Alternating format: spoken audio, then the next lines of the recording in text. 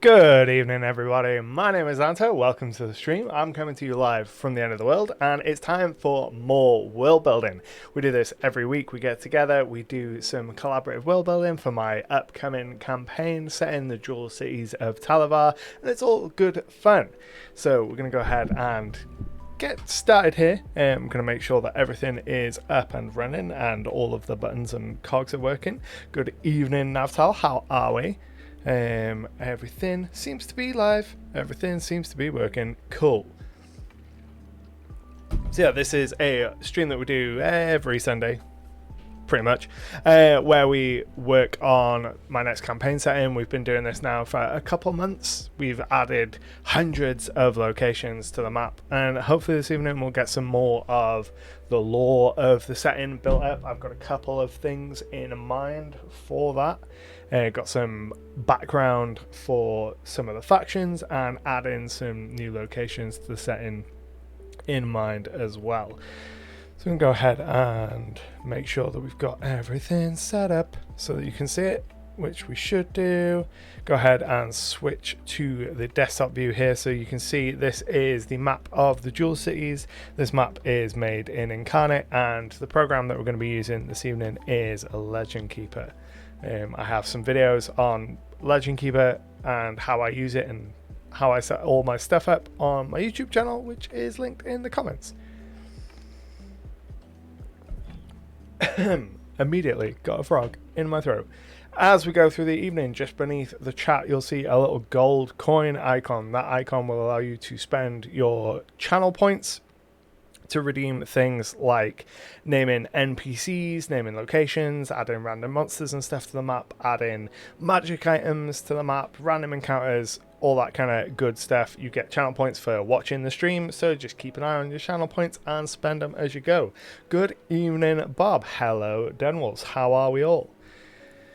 I am very warm. It's been very hot here today. I went out for like a 2-hour walk this afternoon, and it was so hot. I felt like I was dying by the end of it. Right then, so I'm going to go ahead here. Let's load up the Jewel Cities. So what we're going to do this evening, I've got 3 kind of main things that I want to focus on. So I've just started adding a list of institutions to the map. So this is a list tied to classes within the game. So this is Pathfinder 2nd Edition classes. And the idea is I want to add at least 1 location specific to every single class to somewhere in the map. So that might be things like a magic school for wizards or a military academy for fighters. Something that makes sense for each of the classes as a location that they can go to find rare abilities and feats and unlock new powers and develop their class related storylines a little bit more. So I've started working on that. That's something that I want to get expanded on in today's session. I also have a note from last week where we were doing some world building with the Deck of Many Quests, which is a card system for generating quests. One of them was this Psychic Institute that gave me real X-Men vibes. I want to tie that into these institutions. So for the psychics, that's going to be a Xavier-like institute, and I know where that's going to be, but we just need to come up with some information for it. And then the third big thing that I want to focus on this evening is a group of wizards tied to the Dusk Empire, which is one of the regions and factions in the Jewel Cities. The Dusk Empire once ruled pretty much all of the continent of Talavar, but they were defeated at a crucial battle just at the end of this campaign to kind of subjugate the entire plateau, I was going to say, but that's not the right word. The entire continent of Talavar. The Subjugator, who was the emperor of this empire, his wife turned on him, stabbed him, killed him, came fleeing across the continent back towards the Jewel Cities. One of the defining features of the subjugation of this empire was the Hollowed. These were powerful wizards that the Subjugator cast a dark ritual on to tear out their souls, trap them in these small glass statues, and then command them. And I want to get some work done on that and figure out mainly just some cool names. So one of them, we have one of the Hollowed already, which is called the Shadow Master, who serves as the Master of Whispers in the current Empire. But I'd like to get some more super evocative names for some of these Hollowed that we can draw on as we develop the world, figure out maybe some of them have been killed, maybe some of them are still loyal to the Empire, maybe some of them have kind of renegaded. There's some cool stuff that we can play around with there. Hey, Sly Cougar, welcome to the stream.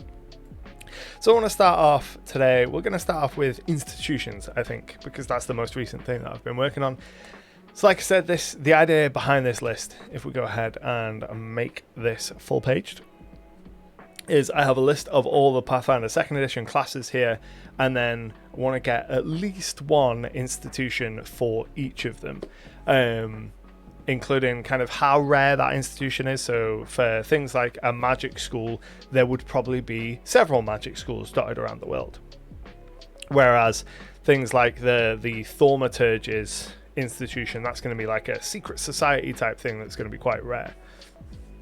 Then I want to work out kind of what the most famous example of those things are. So some of them, it will be an individual thing. So like the Thaumaturge's faction, there's only going to be one of them, so that will be the most famous example. And then I've started making some notes. Sly Cougar says, thanks again for the video on the travel guide. You're very welcome. It is a really cool book.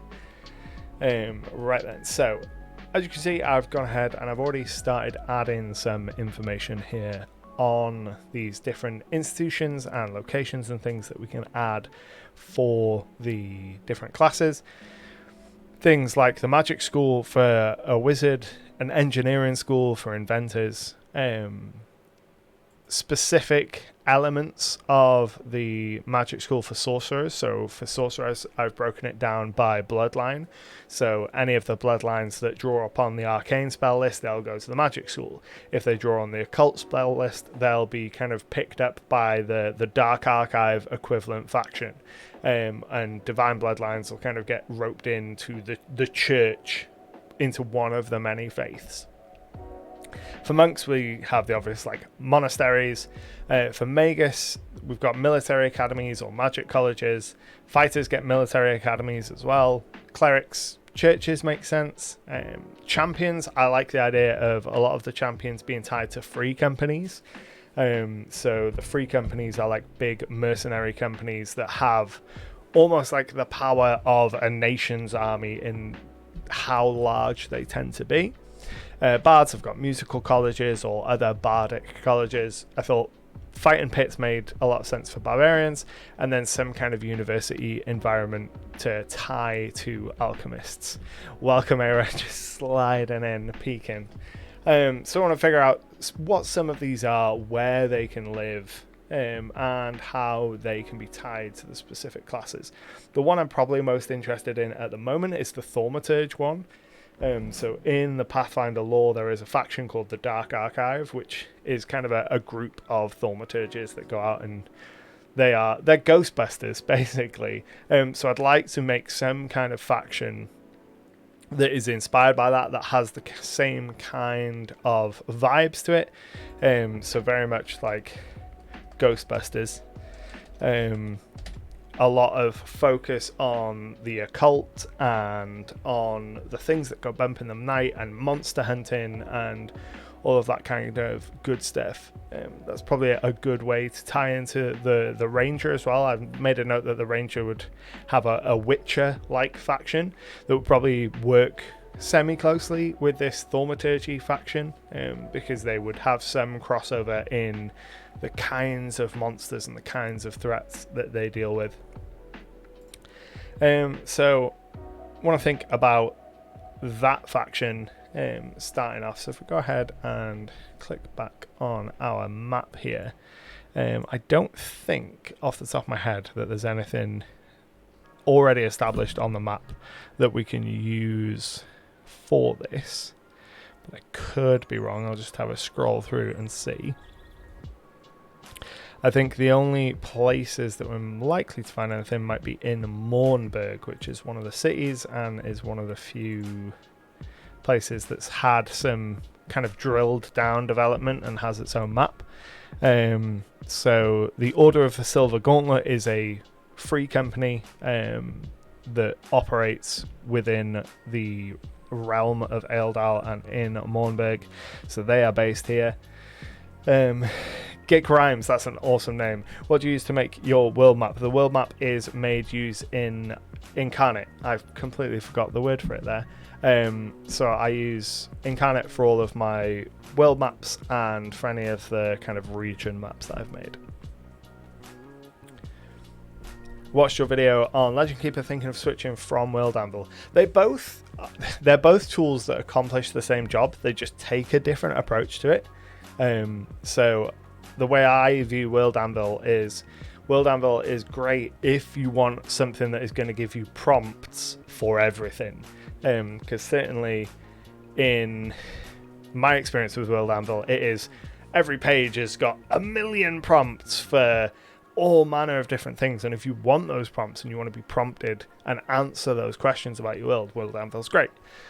I prefer Legend Keeper purely because I don't want those prompts. I just want something that is there and gets out of my way and I can just go with it. Free companies are awesome. We love free companies. So I don't think we've already got anywhere that we can draw inspiration on for this Dark Archive style institution or faction that we want to tie to the Thaumaturges. So let's start about thinking. If we open this up here, maybe we'll stick on the map for a minute and we'll go ahead and we'll drop a new pin in there. And we want to create from template. This is going to be a faction template, and we're going to put this in factions. And we're just gonna call it Dark Archive for now, until we come up with a better name. Go ahead and hide that. In my opinion, World Anvil is for when you want to organize your work like a wiki. Legend Keeper is when you want to organize your work like an atlas. I mean, they both do have like wiki and atlas elements to them. Like Legend Keeper since early days, but finally found out you can drag links over the left of the page, and it blew my mind and pulled me all in. Yeah, the being able to drag links and pull them directly onto maps and stuff is handy. I've been using Notion so far, but I'm tempted by Legend Keeper. Your videos swayed me. Legend Keeper shares a lot of kind of the underlying lifeblood of Notion. So the kind of slash commands and a lot of design inspiration in Legend Keeper comes from Notion.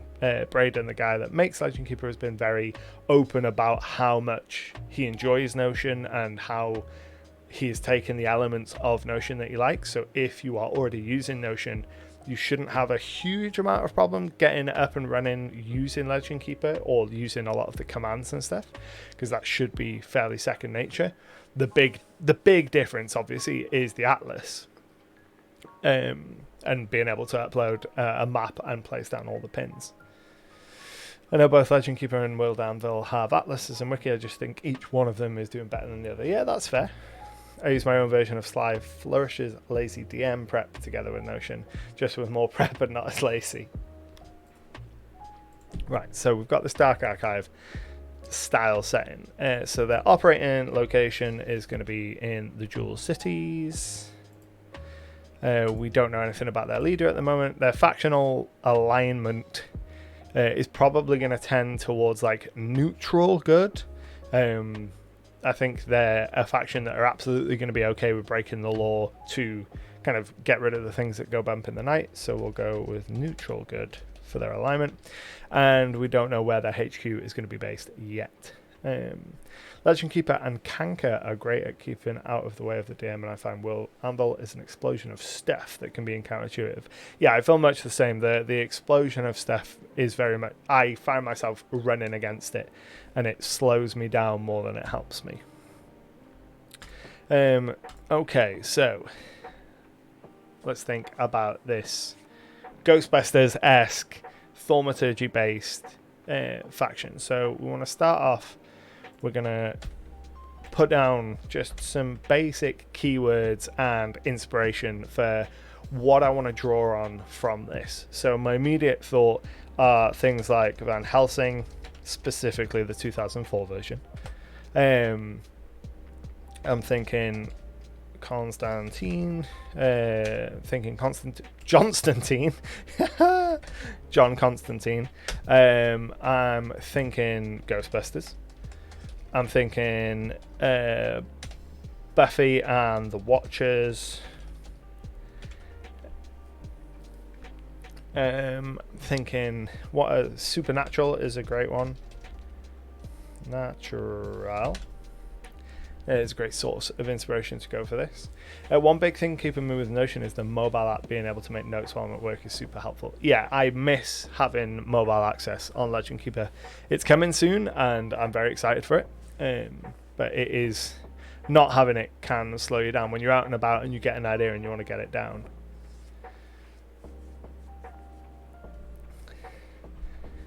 Welcome. Heyo from upstate central New York. Welcome to the stream. We are doing a little bit of world building, currently building a thaumaturgy, monster hunting, Ghostbustery, Scooby-Doo-esque faction to place in this world, and just getting started with it. Right, so what elements from each of these, if we go through and draw on kind of what parts of each of these sources of inspiration I want to take. So from Constantine, I'm thinking very much the biblical kind of element of it, that heaven versus hell aspect. From Ghostbusters, we just want things that go bump in the night. Things that go bump in the night. From Buffy, we want the Watchers and their kind of Watcher-Slayer dynamic. We also want kind of the idea of the reluctant hero, so the institution going to people that show this level of promise and being like, hey, you've got powers and you might be able to save the world, so you should come and save the world with us. So we might want to pull on that reluctant hero element. So many franchises, seems like we just throw your entire DVD collection into a cauldron and let it simmer and see what happens. That's pretty much my process for world building. Is you just take all the stuff that you love and just shuffle it about until something falls out, and then you use that. And no matter what the context is, you always start with either Van Helsing from 2004 or 1999's The Mummy. If you start from one of those 2 points, you're going to be fine. That's the Mummy. The Mummy is going to be another one that we want. And from that, we specifically want the faction whose name I can't remember. Oh my god, that's going to drive me wild. The faction that's like, oh, we're going to keep Imhotep in the ground. Constantine, like the random components, relics, and pieces of religious history. Exactly that kind of aspect. So we want like relics and like scraps of history. That's very much kind of the elements that come into play in the Thaumaturge in the Pathfinder 2nd Edition rules. They have their esoterica, and they're able to draw on all these like little slithers of pieces of random occult stuff that they can use to kind of fight against their enemy, which is super cool. Barb has redeemed an NPC, Blumenthal, head researchers of the Thaumaturge College, looks like Egon but has an accent of Giles. I love that. Let's go ahead and get them down there and put them into the key NPCs. So what do we want from the Magi? Magi? Is that how it's spelled? Magi, mummy. No, it's Magi. Magi. We were almost there. So we want to draw on that element of the Magi. So kind of, we've got kind of shadowy organization, kind of watching over sites of trapped powerful evils.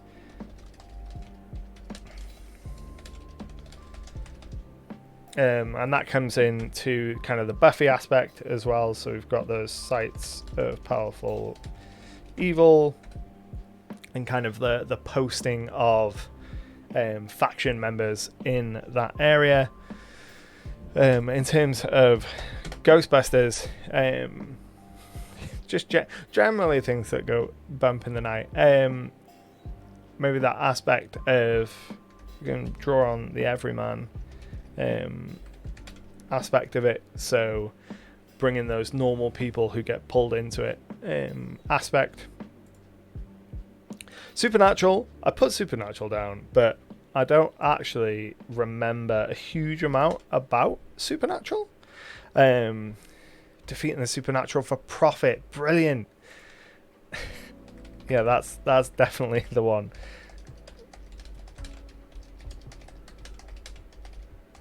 For profit, perfect.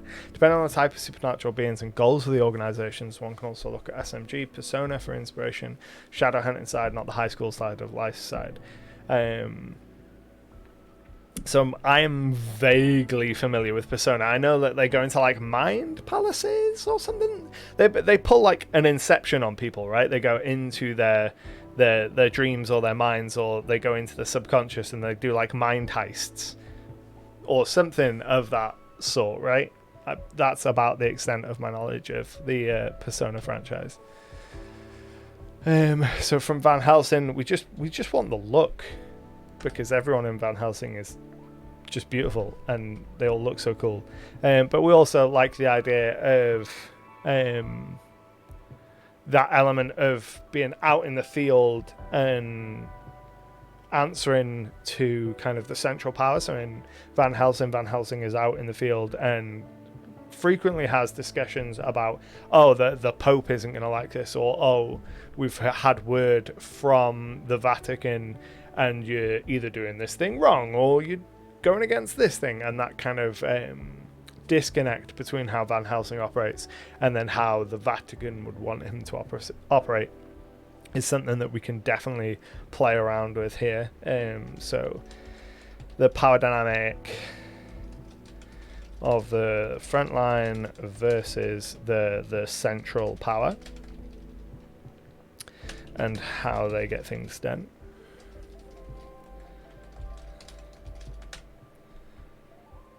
So that could manifest in as much as the central power is very much like, we have a hardline stance on, if we encounter this type of creature, we exterminate them, no questions asked.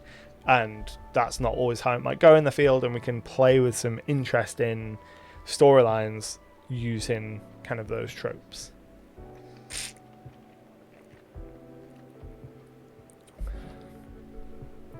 Whoa, we're missing the vampires versus werewolf and an awkward prequel movie in that. We do have some serious scope for Underworld here. Like, again, Underworld is another one of those like late 90s, early 2000s film where everyone is gorgeous, and if you use it as just the starting point for any story, you're probably going to find like Van Helsing, Underworld, The Mummy. Just throw all of that into a pot and stir it up, and you're going to end up with something amazing. So that one, the underground factions fighting in the shadows. When you're doing your world maps, how many tiles do you normally do? That's a very good question. So this region runs about 1,500 miles kind of along the coast here. This was very much based on, I took my world map, which is here. So up until this point, we've been in Ashk, which is my desert setting over here. All of my campaigns have been on this kind of eastern, never eat shredded wheat, eastern continent. So for this new one, I wanted something that was very far away. So we look over to the left, and this kind of region jumped out at me. So I just made a kind of zoomed in, detailed map of that region. and then broadly figured out how large it was based on the size relative to a map I already have. So at this point I always base it off relative size to other maps that I already have, or I use a real country as an example. So I go, oh, I've got a map that I want to be about the size of France. How big is France? And then I work out how big I want my hexes to be and base it on that. The Last Witch with Vin Diesel is a great example, if not a bad fun movie. It was based on a D&D character of his, yeah. Underworld was so cool back in the day. Yeah, it was. When you're not doing your... Last Witch is another good one to draw on. Last Witch.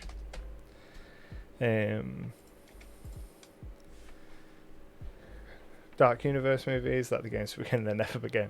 It's not a bad movie. I saw it a year ago. Very cool. If it's got some cool world. Yeah, I didn't hate The Last Witch. I thought it was absolutely fine. I couldn't tell you anything about it other than he ends up in the modern day, I think. But I didn't hate it. I enjoyed it at the time. But I was aware that it was based on kind of one of his D&D characters, and I think that endeared it to me a lot more. So we have got a bunch of kind of inspirations. So let's try and translate these into something mechanical that we can get into the world. So the first thing that jumps out to me is kind of the Constantine relics and scraps of history bit. So we can have part of their motivation and goals being the recovery of dangerous relics. And we can have them tend to be religious in nature, or like extra planar. So I'm not overly interested in this being a faction that deals with, hey, there's a human wizard from the material plane that has made a magic item that is very much of the material plane and is just doing bad stuff. That's not the juice that we want from this. We want, oh, someone has messed around with a dark and ancient text and summoned some kind of demon, and now we've got to go and find the random pieces of like scrap relic that we need to be able to bind this thing back. Maybe the Dark Archive here locked away the Harrowed, but they need the gold to maintain their prisons and hunt monsters. We could definitely have them interacting with the Hollowed in some way. Oh, this one song is significantly louder than all the others. There could definitely be some interplay between the Hollowed there. So let's go ahead and drop the Hollowed in their enemies. Anti-Pathfinders, burn into use rather than cataloging. Yeah, they're like it'll be the collecting of dangerous relics to remove them from the population, but then ultimately to go, hey, this relic is causing a problem over here, but could solve a problem over here, so we're going to pick it up from here and then go and use it kind of elsewhere. Maybe they would have a modest repository of some of like the worst stuff, but I don't want them to just necessarily to hoard really powerful items, because that is a recipe for disaster. But knowledge, absolutely, like definitely have some kind of grand library, or used to have some kind of grand library that has since been destroyed or taken over, or maybe there was something in their past. I like this. Maybe there was something in their past that kind of fractured or broke the faction, and they are in a much weaker position now than they were at the height of their power, and a lot of it is trying to regather all of those different shreds of what they used to be. So at some point in the past, disaster struck, and they are now weaker than before, trying to rebuild strength and regather a lot of the relics. Would they destroy some of the worth relics if possible? Absolutely. I think that if the opportunity to destroy something was there, they would take it, and I think that that's a great source for conflict, kind of inter-factional conflict, if you have an item that is undoubtedly evil but could be used. You know, when you get the Boromir give us the weapon of the enemy situation, where you have an element within the faction that wants to use a relic that is destined to be destroyed to do some good, and it could, you know, get all out of hand. And I think that's a great way to play with command structure. So figure out what the kind of official party line is, which is probably the most dangerous things need to be destroyed, and then you can have someone out in the field, like a field commander, who's very much flying in the face of that, but is undeniably getting the results. That can lead to interesting tensions and dynamics and just cool interactions. So at some point in the past, disasters has struck, and they're now weaker than they were before. They're trying to rebuild their strength and regather a lot of their relics. We want to focus on that relic aspect. We want them to be trying to kind of relocate and rediscover a lot of these relics and use certain relics and certain items and materials to fight against the forces of evil. And it very much needs to be a focus on that kind of undeniable evil. So kind of not a we don't meddle in the realms of men. We are only concerned with, you know, myth and monster. So that's something we can go ahead and get down in their kind of motivations and goals. Only deal with the dangers of myth and monsters, never the affairs of men. So that's kind of gives them a holy moly. What is going on here? Never the affairs of men. There we are.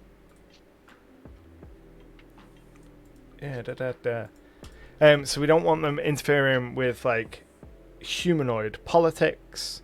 We don't want them kind of getting involved with mundane affairs. We want them very supernatural focused, focused very much on like extraplanar and divine threats.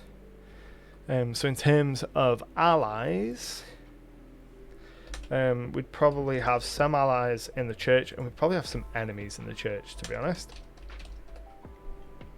Kind of both sides of the coin.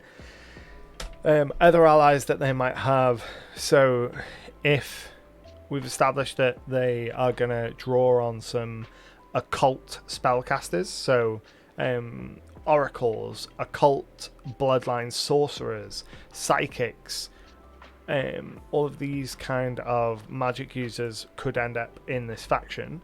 So we want them to have some kind of relationship with magic schools and elements like that they can kind of recruit from.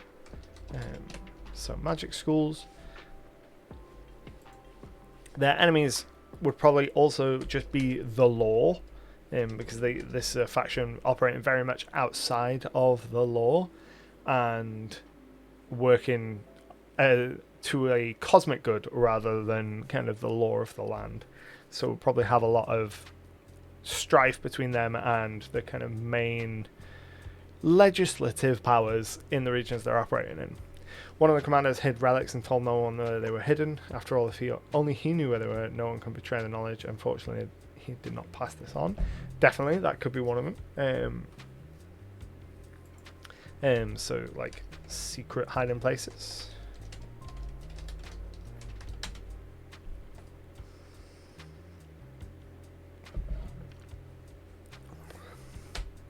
So one of their motivations and goals needs to be guard sites of dark power. So that's going to be things like imprisoned creatures, or dark holy sites, particular ley line intersections,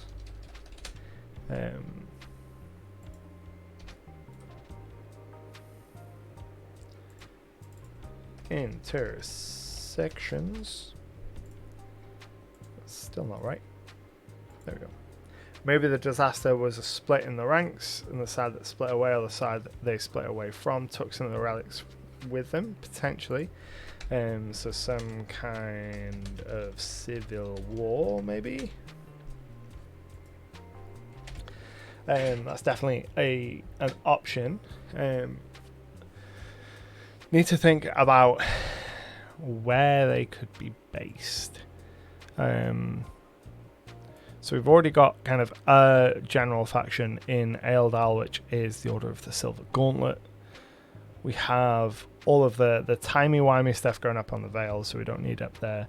Thinking somewhere that we've not developed yet. Possibly this city up here that connects with Last Watch via Empire's Ren. We have nothing based on this city. So we can use it as a blank slate. And protect the vaults where the relics are stored, though they don't want this to be obvious either. The West Coast, empty, never eat shredded wheat. West Coast. So all of the west side of the cut is the Empire. I'm hesitant to base them in the Empire because for so long... although... I was going to say I'm hesitant to base them in the Empire because for so long the Empire was under the subjugation and that would have made a major impact, but that could be a reason for why they kind of got disrupted. Yeah, down here. Down here is pretty sparse. So we've got both the cities of Charm and Topaz that will work. Why not use one of the islands south of the Empire? So that is part of the unclaimed lands, and at least one of those islands has got a big old prison on it. So this one. This is the largest of the islands off the coast of the unclaimed lands. It has the city of Ingazi, which is technically an Empire city, although no one really pays any attention to that. But this island also is home to Lightsgrave, which is the Empire's kind of deep, dark dungeon where you get sent, where they just want someone to go into a dark room and never come out again. What else have we got going on in these islands? We've got some Twilight Nectar distilleries, and then the rest of the islands are relatively bare at the moment. But I want this faction to be kind of in the civilization. Like, I want their headquarters to at least used to have been in a city to start with. Maybe not necessarily now, but certainly back in the day they would be in a city. So I like up here, it's away from everything. It fits that idea of them being separate to everything and kind of operating in their own, under their own power. That city doesn't have a name though. Considering the mysterious nature of the unclaimed lands, at least the people of the Empire and all, makes sense the organisation will have some goals in there, maybe ancient artefacts in the unclaimed lands and indigenous tribes. Yeah, I'm sure there will definitely be kind of artefacts and stuff going on in the unclaimed lands. Maybe the Empire stole from the unclaimed lands, which led to this Dark Eye faction leaving the unclaimed lands to recover their dangerous relics.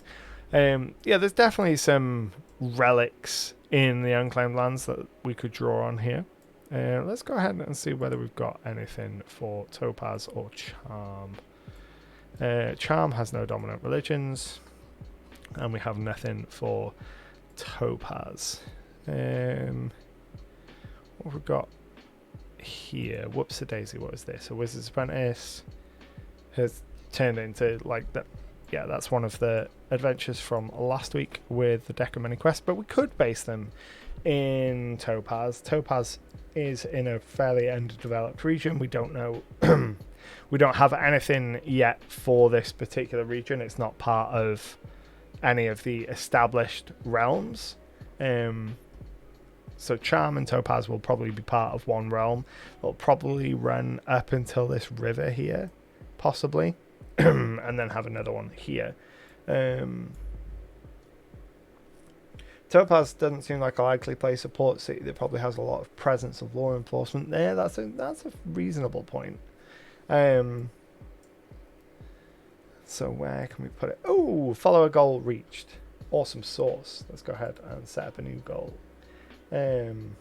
Awesome. Thank you very much for the follows, folks. If you aren't already following, go ahead and click the button, because we do this every week and it's always good fun.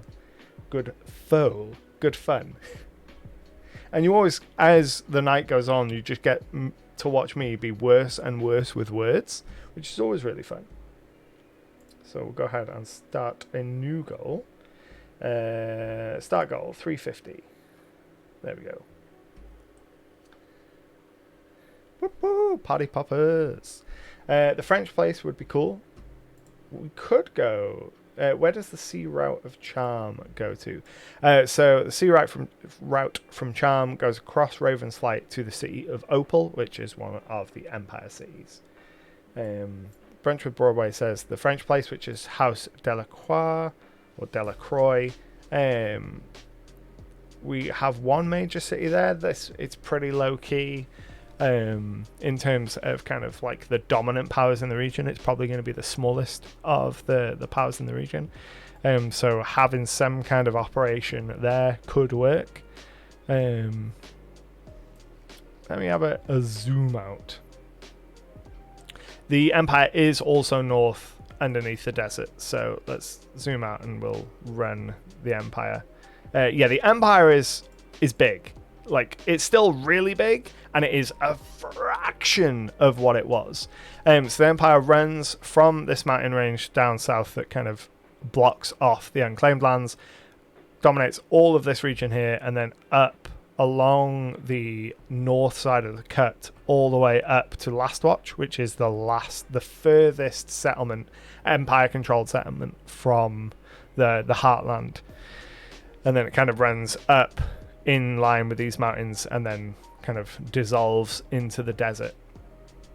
The capital of the Empire is the Black Tower, which is where the Betrayer Queen, the lady, has her seat of power.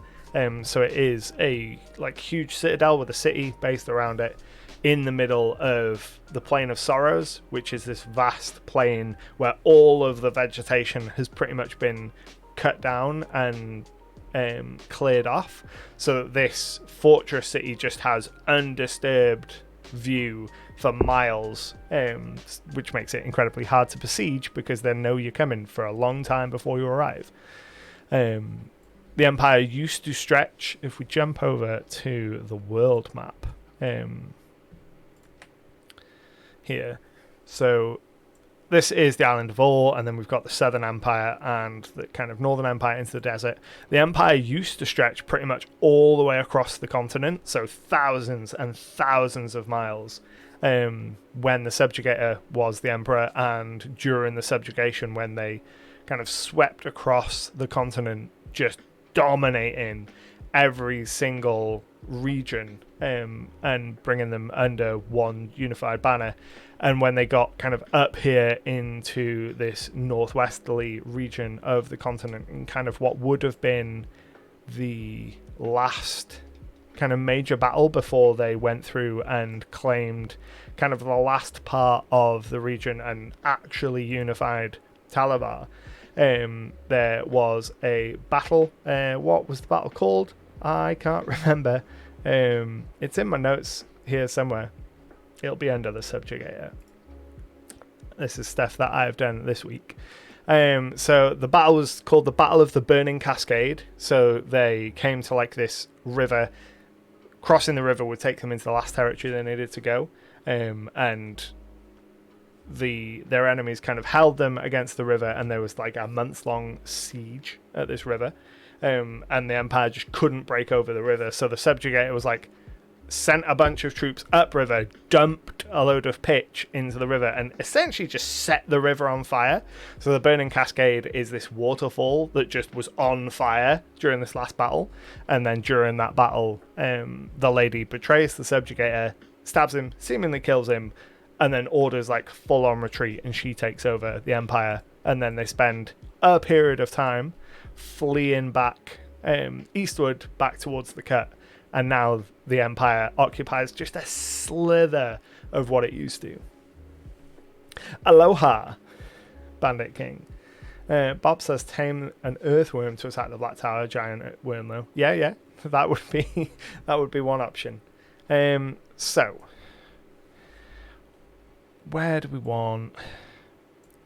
We're trying to figure out, I think, two things. We're trying to figure out where the kind of historic base of operations for this thaumaturgic faction was, and then where their kind of current day one is. So we don't necessarily need the historic one immediately. We just want the modern day, and the modern day we want it to be reasonably out of the way. A brand new city required, not necessarily a brand new city, but ideally one of the ones that hasn't got other stuff going on in it already, so that we can make sure that each city has got something going on with it before we start drilling down too much. It's like Mornberg, for example, has got quite a lot going on for it in comparison to all the other cities.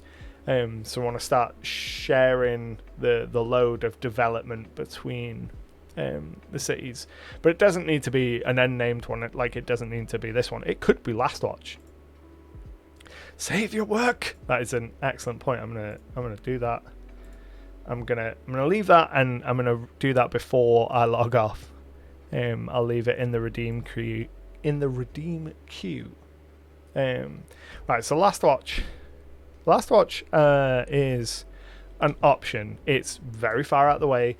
The whole point of it is it's so far removed from everything that they don't have a lot of interaction with the Empire as main, and a lot of kind of stuff with that doesn't apply. So that's an option. Maybe right in the middle of an ore. Coasts are probably full of merchants and guards. It's direct contact with the Empire. I doubt Central Land gets as much attention by the Empire. No, we don't know. I don't think we've got any information on what the region of Central Ore is. Oh, we have gone far away. Callie has subscribed. Thank you very much. Keep up the great work. Thank you very much. Right, so our Central Ore. So we've got Navaris here, which kind of runs from the shield down to the coastline.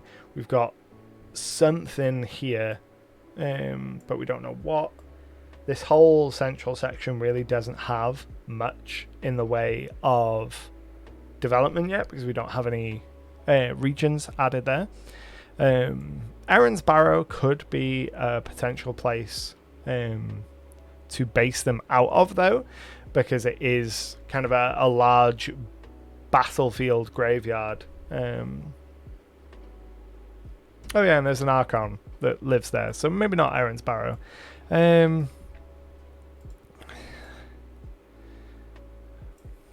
We've got a little town here just in this section that has nothing. We've got some traveling knights, some widows.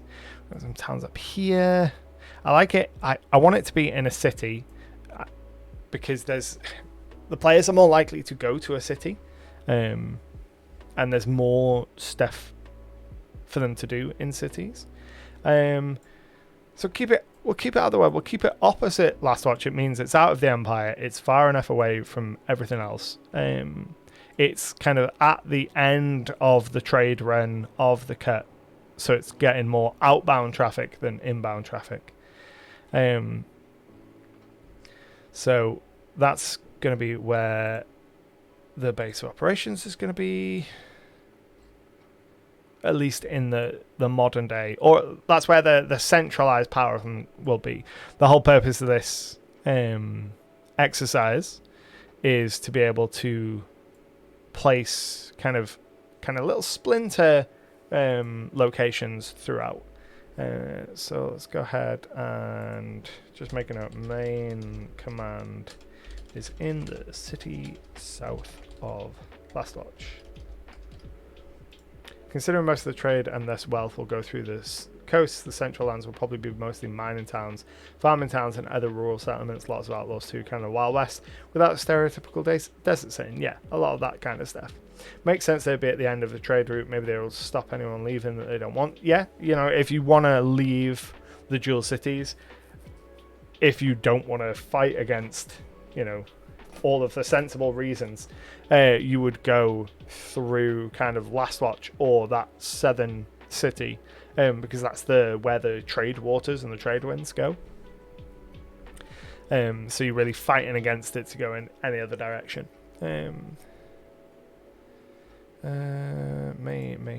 Main command is in. We need to take the batteries out of the keyboard and give them a good shuffle again, because the keyboard is dying. Has that worked? Yeah, that's worked. So the main kind of base of operations for the modern day version of this faction can be up in that city. Their goals are going to be recovering dangerous artifacts, only dealing with supernatural dangers, not getting involved in kind of human and humanoid political affairs, guarding sites of dark power. So we've got a bunch of inspirations. We just need a cool name. I mean, we could stick with Dark Archive, but I would prefer to find something that isn't kind of Pathfinder or any game specific, but it exists as a pin, which means we can put it in places now, so it can get added to the generator list that I have, that, you know, when we're making information for the hexes rolled to generate this Dark Archive faction can go in there. The Open Eye. Open Eye. Let's put it down in the list. Open Eye. The Watching Eye. Watching Eye. I mean, Watchers is just a good name. I'm gonna make a note of just Watchers, because Watchers. What's going on? What's Watchers? Because the Watchers is just a good. I was thinking the Lidless Eye from Warframe. Maybe the headquarters is everywhere, like Doctor Strange has across the world. Yeah, they will have multiple like little bases of operation. Just wanted a centralized location where we can get that dynamic of, you have a thaumaturge out in the field who is acting, let's say, unconventionally. Someone can be like, oh, you know, the powers that will be in this city, in the main HQ, will hear about this. Kind of Vatican City, Van Helsing style, you know, the Vatican will hear of this.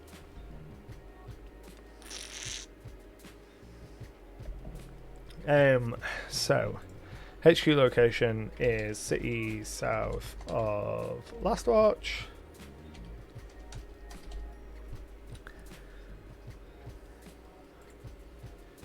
I think that's a reasonable start for that faction. So let's go ahead and for the Thaumaturge, we'll just Dark Archive that, and then that'll auto update if and when we change the names.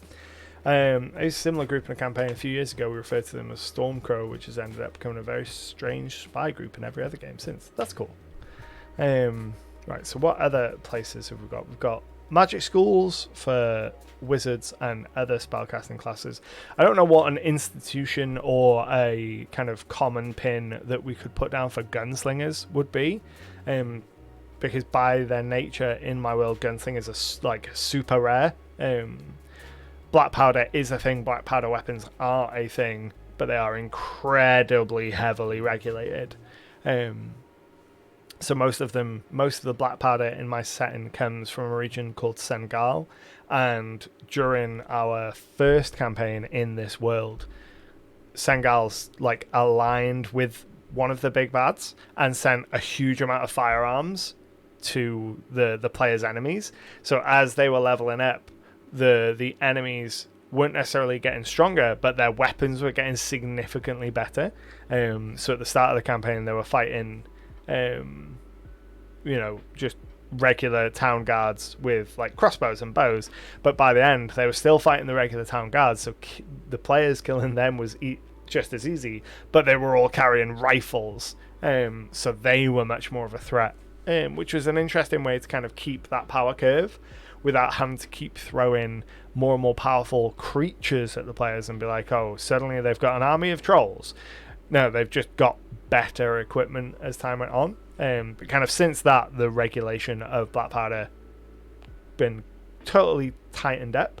And then, so we're probably not going to have a dedicated faction of gunslingers, but it would be cool to have some kind of thing for gunslingers.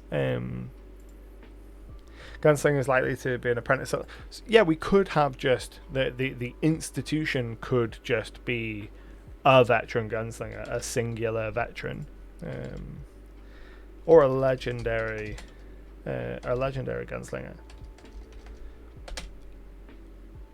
I know exactly what we can do. We can follow the route that Afro Samurai takes, but with a gunslinger. That element that you are the absolute best, the only way to become better is to like kill your way up the ladder. So a legendary gunslinger, and we'll make a note of look to Afro Samurai for inspiration. And that kind of working your way up the lists. That can kind of justify bringing in gunslingers from time to time, like they're searching for this legendary gunslinger, and they want to take their magic guns or whatever it is we end up going with. So we've got a psychic institute, a Xavier-style institute that is on the map, the X-Men but bad. An institute for psychics that I would like to get some kind of development from. So this is an ideal place for if someone has an NPC that they want to redeem with the channel points. This would be an ideal time for that. So we've added Zeke, and then we saved our work 3 days ago. Still need to save our work later today. Doesn't mean he's better, depends on how he's killed off the others. If the typical duel, then yes, he's better, but if he sniped him, then no. Yeah, that's definitely something to consider as well. So originally when we put this one down, it was going to be an institute that was specifically taking lizard folk children from Eruxis. I didn't like that as I dwelled on it more. I more of the idea of this being a place where all psychics can come. What do you want to name? A person or an institution? A person, and then the institution will probably be named after that person. So very much inspired by Xavier's school for gifted children. This is going to be a psychic, a powerful psychic who has created an institution for other psychics to teach them to use their powers. So it makes sense that the location would be named after them in some way or inspired by their name. Or the name of the person is the starting point. So it's an institution run by a powerful psychic that takes in psychic children. My brain is not working. Psychic children and those looking to master their powers. Maybe a Yavin for Xavier School, since it's a lizard folk territory. Maybe a Yavin? Do you mean Yavin as the name? Or because I see Yavin 4 and immediately my mind goes to Yavin 4 in Star Wars. And I don't know if that's what you meant for the reference. Although it's in lizard folk territory, so visually it could look quite like the Yavin 4 hideout. Yeah, like Star Wars, just look, right, we are on the same page. Yes, very much. That would be kind of the visual style for sure. An extremely similar NPC in my previous campaign, I'm very tempted to suggest her name. I mean, go for it. And the psychic energy is from like a locked away evil, possibly. I don't know. Psychics aren't primeval Periton? Periton. Use the primeval modifications from Dark Archive. Let's go and have a look at primeval Periton. Then there's Pathfinder 2.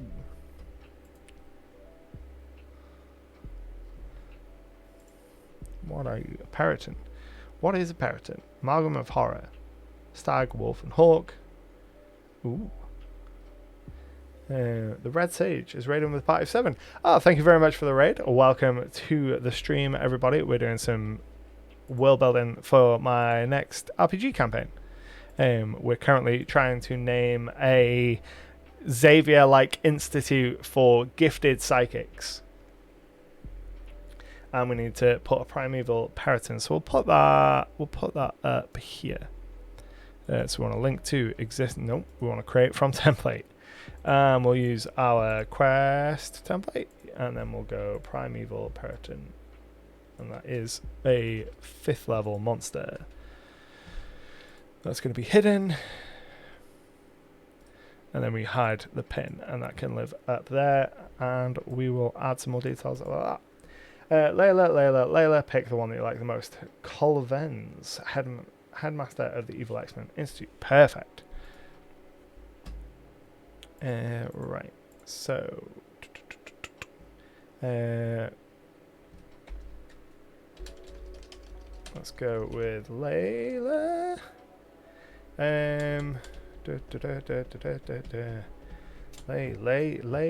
Layla Colvens. Perfect, and then we can mark that off. Manage rewards quests. There you go. Save your work. Name an NPC. Mark as complete. Choose a monster layer. Mark as complete.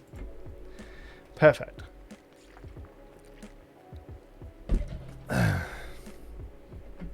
Don't discriminate against anyone here, Ivan, as long as you're like nice to people and don't like shit on them, then you're gonna get nothing but love. Right. Let's figure out some more information about this institute. So the Colvens Institute. Colvens.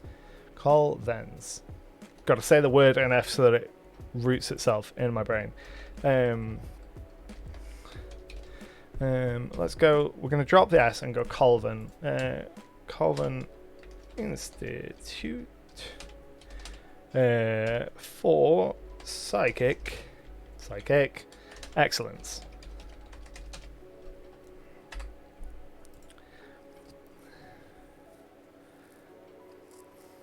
Laylia, not Layla. That sounded too much like Leyline. If you like it, yeah. I mean, I like a connection to ley lines. Laylia.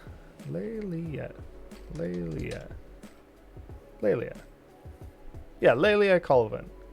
Yeah, we'll go Laylia because one of the iconics.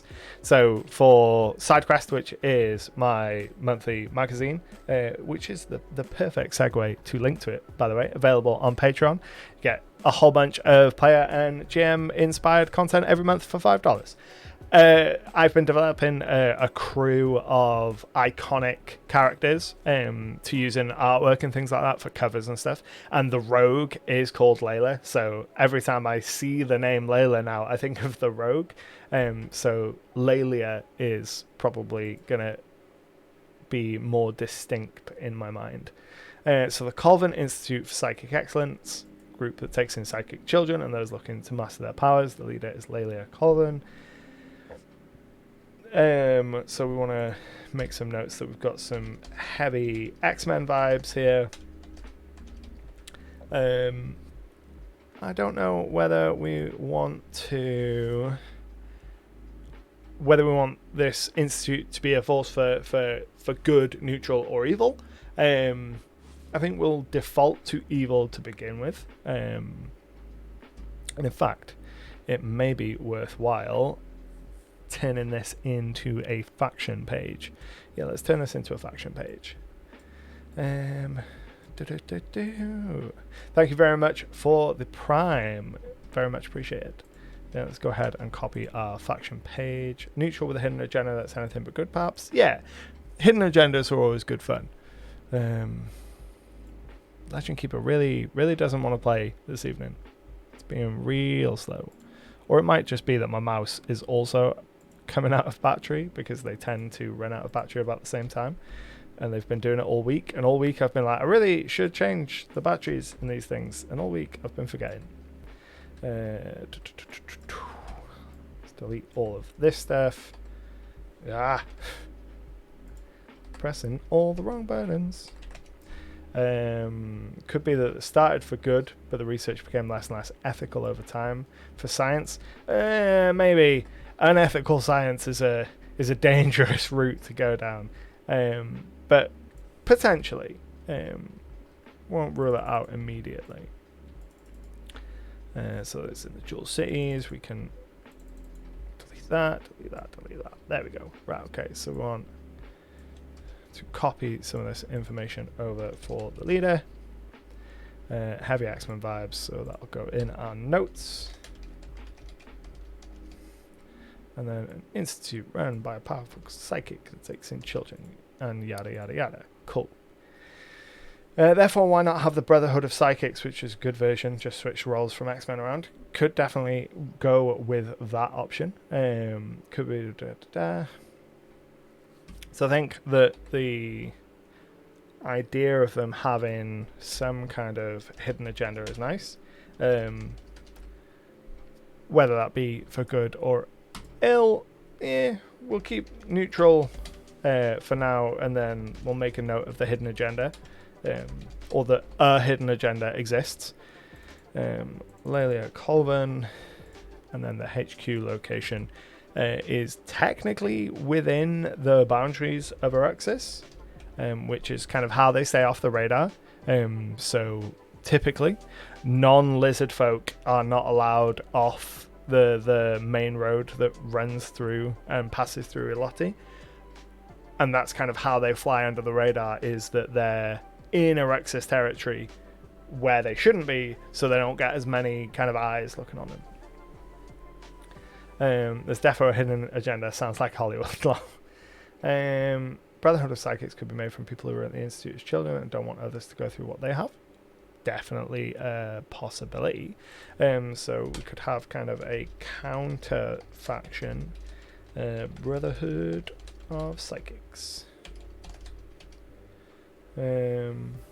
Lovelace used to have 2 bearded dragons. That's cool. Yeah, Eruxis is the kind of lizard folk enclave in this region. So they have one major trade road that runs through the region where other peoples are able to move through, as long as they stay on the road, and they have a city in the middle of that road where people can stop off and do trade and rest. But then the laws of the land in Eruxis say you're not allowed off that path, and a lot of the kind of plot hooks and stuff for this region come from that kind of nobody allowed off the path. So we want to go ahead and change the pin for this. So we want to edit our pin, so this is going to be pink, rounded, and then we need a brain. Perfect. Update? Yeah. And then we can go ahead and hide that pin, and that's another element added there. So that adds us for the psychics. So that's the Colvin Institute for Psychic Excellence. That will probably go in our most famous example. What else have we got? Right.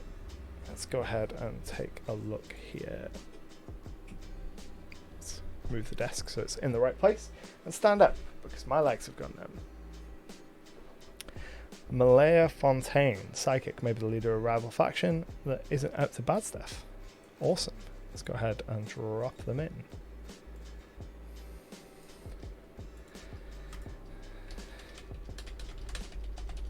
Leader of the Brotherhood. Perfect. Let's go ahead and hit that as complete. Right then, so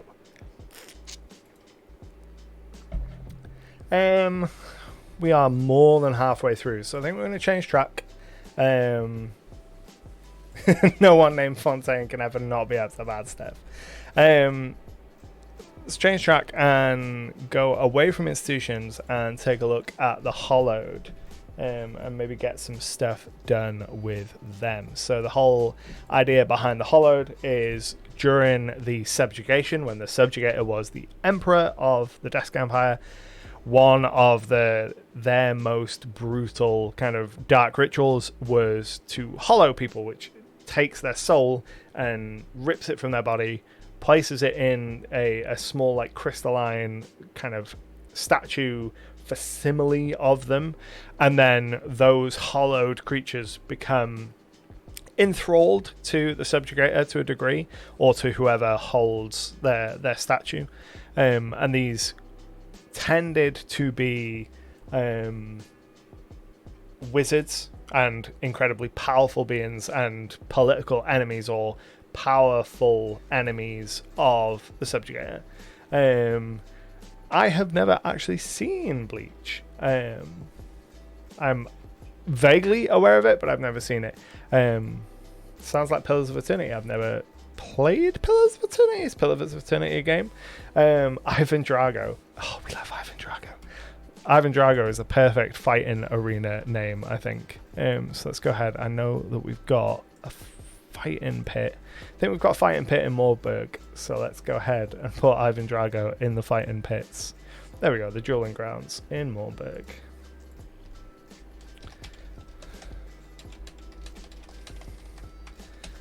One of the fighters in the Moorburg dueling grounds, Ivan Drago. You want to go back there. If he dies, he dies. I don't think he's a real athlete. It's from the Rocky films. Jacqueline Francesca von Wessenstein? Me when a PC goes unconscious. Bob, are you suggesting Jacqueline for who? Just a general NPC or anything specific?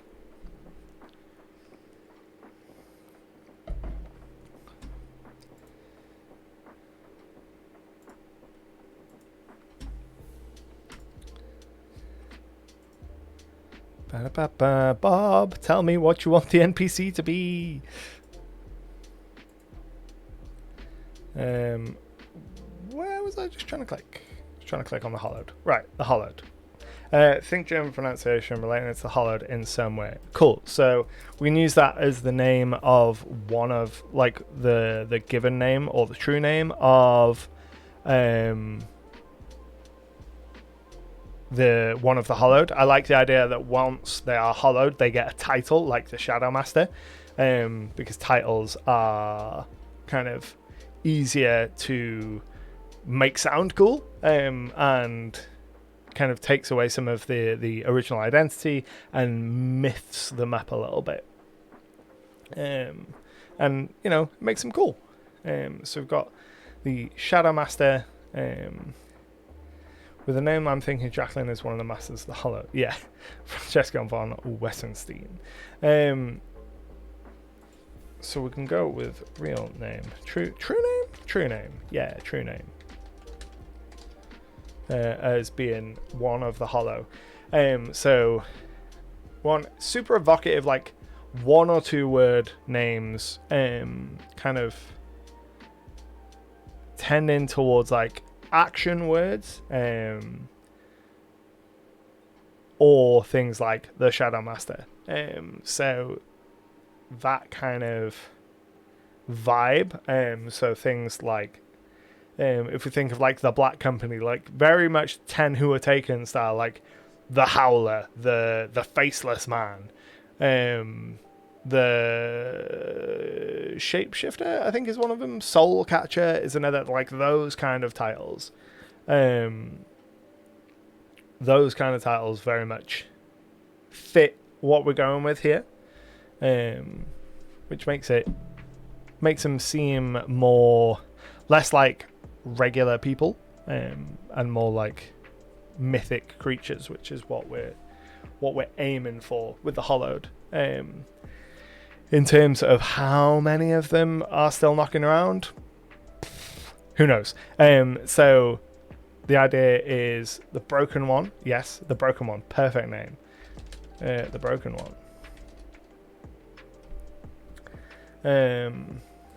Narrator in Shadow. My Twitch username would be...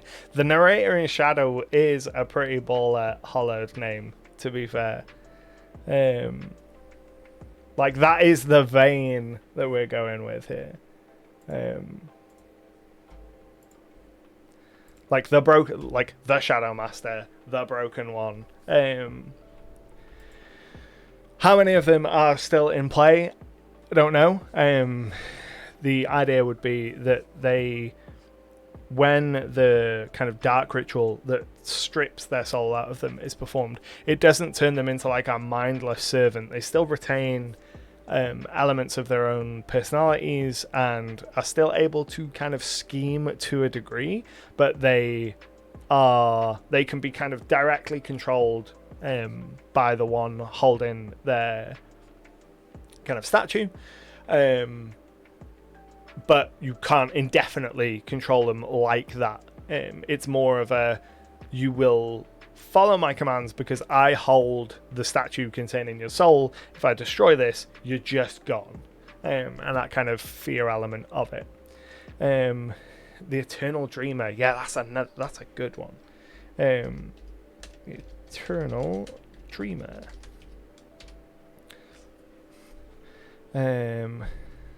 Yeah, that's a good one. We like that. Also, welcome, Moon. Glad that you can stop by.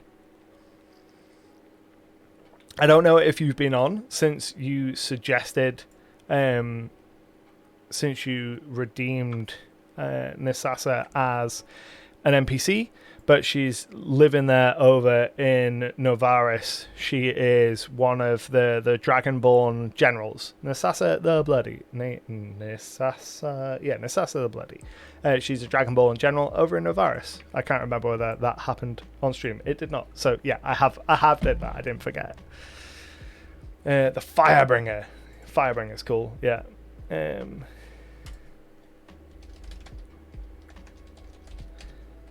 Firebringer.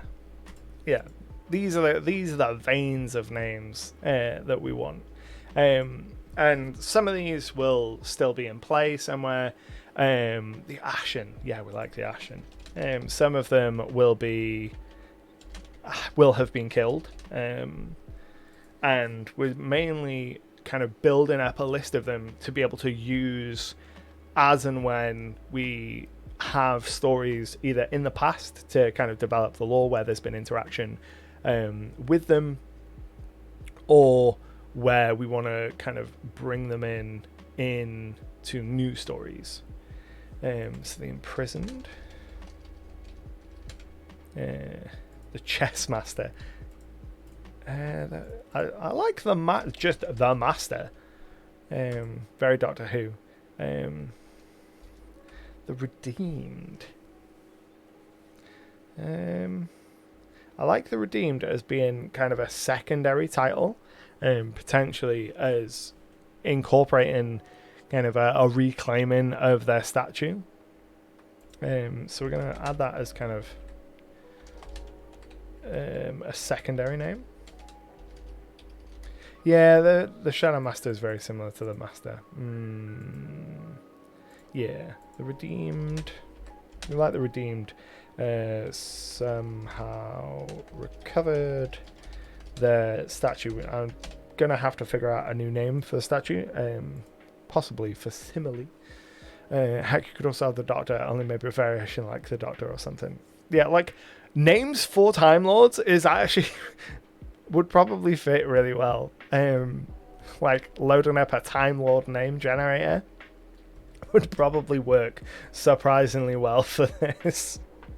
But the idea is to be able to incorporate them in kind of background lore stories, or introduce them as kind of set piece villains. So all of them would be incredibly powerful, most of them would be spellcasters of some kind, and given that their original master and creator, the Subjugator, has been defeated, a lot of them will be out in the world kind of trying to find their statues and recover them, trying to make their own way in the world, and they will make for great kind of minor villains or end of small arc villains to have. The Constructed, the Collector, Collector. So it would be, they'd be great villains to pull on when you're like, oh, I've got a short kind of 4 to 6 session arc, and at the end of it I want some kind of spellcaster to be the villain, you know. Just one of the Hollowed is always going to be a great choice for that. The Crude Jewel.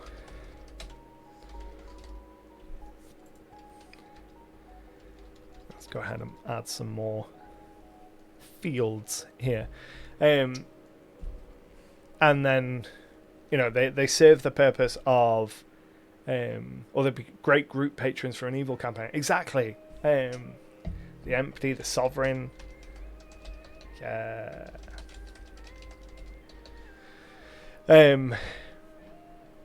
So you come to the end of like a dungeon or something. You know, they're great. They're great mini bosses to put at the end of like smaller arcs. Great group patrons for evil campaigns. Evocatively named to drop into like lore that you're sprinkling in. You know, so they go to a town and the town has some weird practices, and you're like, oh, why, you know, why'd you have this weird practice?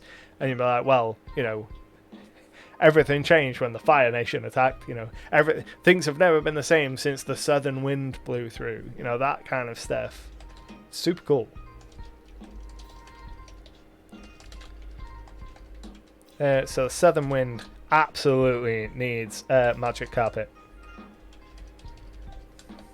Perhaps set a soft limit on how many are said to be active at one time, at least according to rumours. Your average thaumaturge test is likely to know. Yeah, like, this list is never going to be seen by the players. This is very much a list for me to draw on, and it would be a situation where it would be impossible to know how many are active at any one time, or how many there were at the height of the subjugation. Because, you know, the Subjugator took the Empire across thousands and thousands of miles across the continent of Talabar, probably hollowed a lot of people along the way.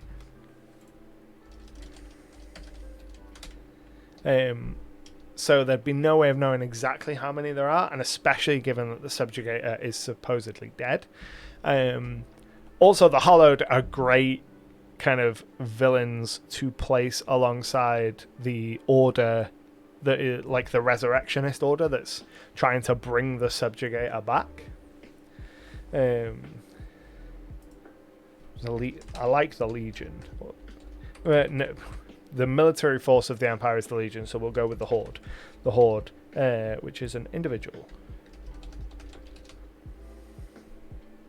The Ravenous. Perfect.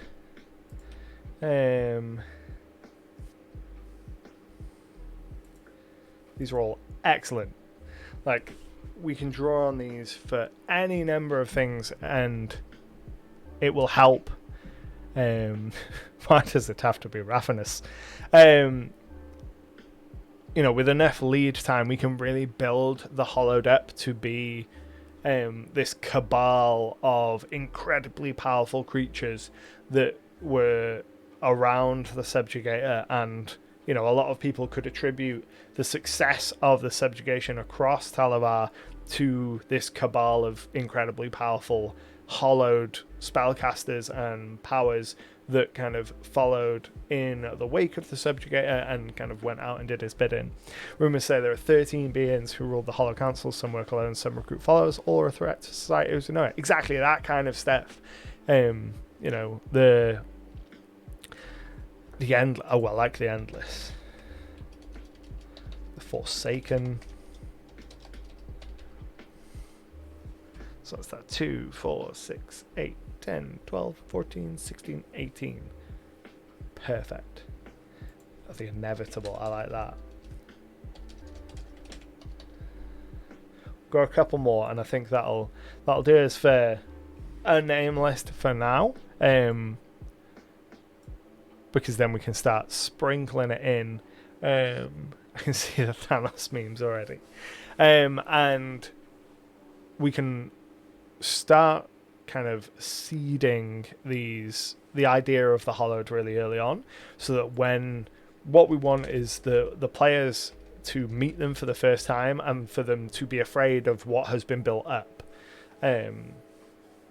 So like the idea that the Subjugator was this absolutely incredible threat, but the Hollowed were only like a tiny bit less bad. And you know, the idea that if you encounter one of the Hollowed, the option is run. It's not maybe you fight, you run. The Echoing Darkness.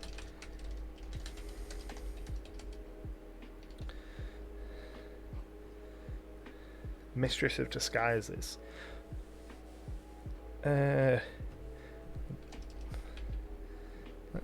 Mistress of Disguises.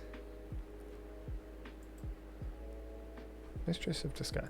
Let's go Mistress of Disguises here, and I like we don't want the lady. I'm thinking of the Mistress of Disguises makes me think of like a shapeshifter, someone that can change their face and set like something in their name be something of 1,000 faces. Not lady, but we could go Mistress of 1,000. Mistress of 1,000 faces.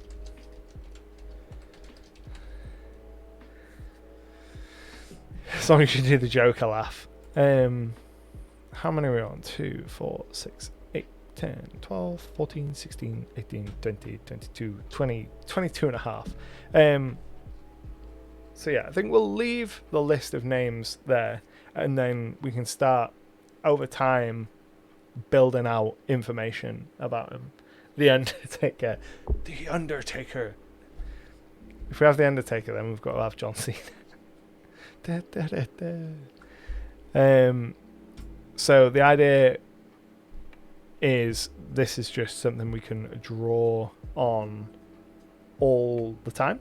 Real name Marcus of Galloway.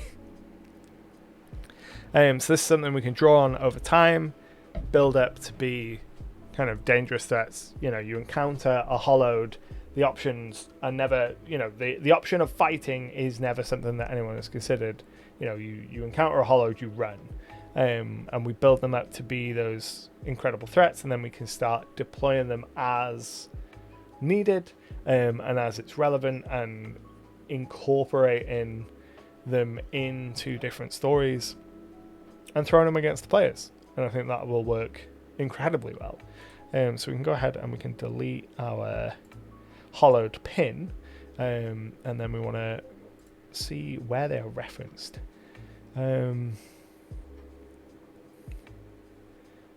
They're referenced in the Shadow Master as an NPC.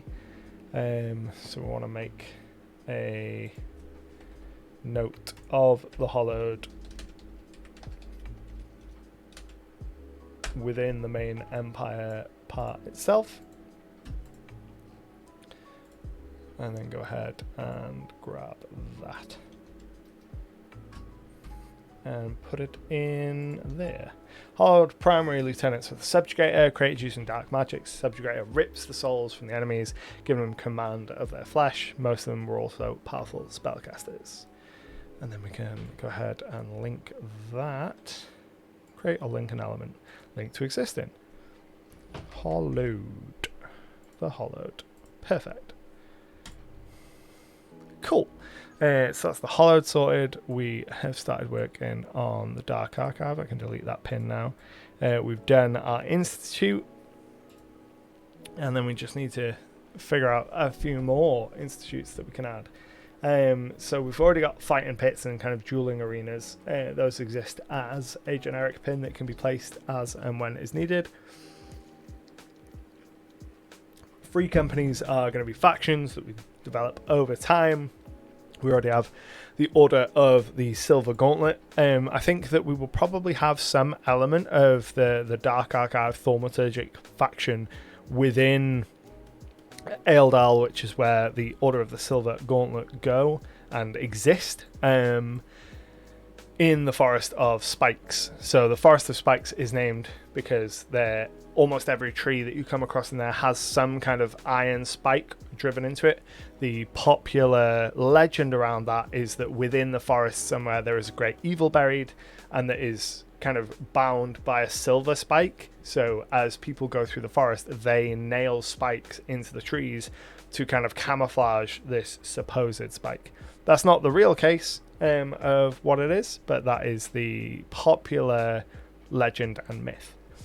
Lord Katka says, the idea that struck me and not regarded to the hollow, the Phantom Gem, a dexterous illusion mage, which targets the jewel cities, stealing all kind of valuable gems, which fits its city names. His reason for this is doing it for the thrill, just want to find the perfect jewel for himself. He should wear a mask and always announces his thievery. Let's go for it. The Phantom Gem. Sorry for rocking. I get the idea. Yeah, I get the idea. And I think that we have a place an ideal place to interact with him. So in the City of Glamour, in Pathfinder, there is a character called the Red Raven, which is fantasy Batman. And that would be an ideal kind of interaction to have with the Phantom Gem, being this thief that operates in the city. A thief who is trying to steal valuable jewels from each city. Navtal has redeemed a location, Hexenschwestern, Witch Sisters in German, as the organization for witches, or something along those lines. Let me go ahead and make a note of that in the location for the witches. So it's Witch Sisters. Witches. And then we'll make a note of it being Witch Sisters in Yerman. And then we can come back to that and have a look at that in a moment, and I will mark that as redeemed. Hexenschwestern, I think. Right, let's go ahead and I'm going to put that into there too, so I'm aware of that. Then we go ahead and tick off that redeem. So we've got the Phantom Gem, we have that, and then we've got the Raven Knights, a group of knights dedicated to justice, but their own. Think of the witch sketch from Monty Python, and the Holy Grail.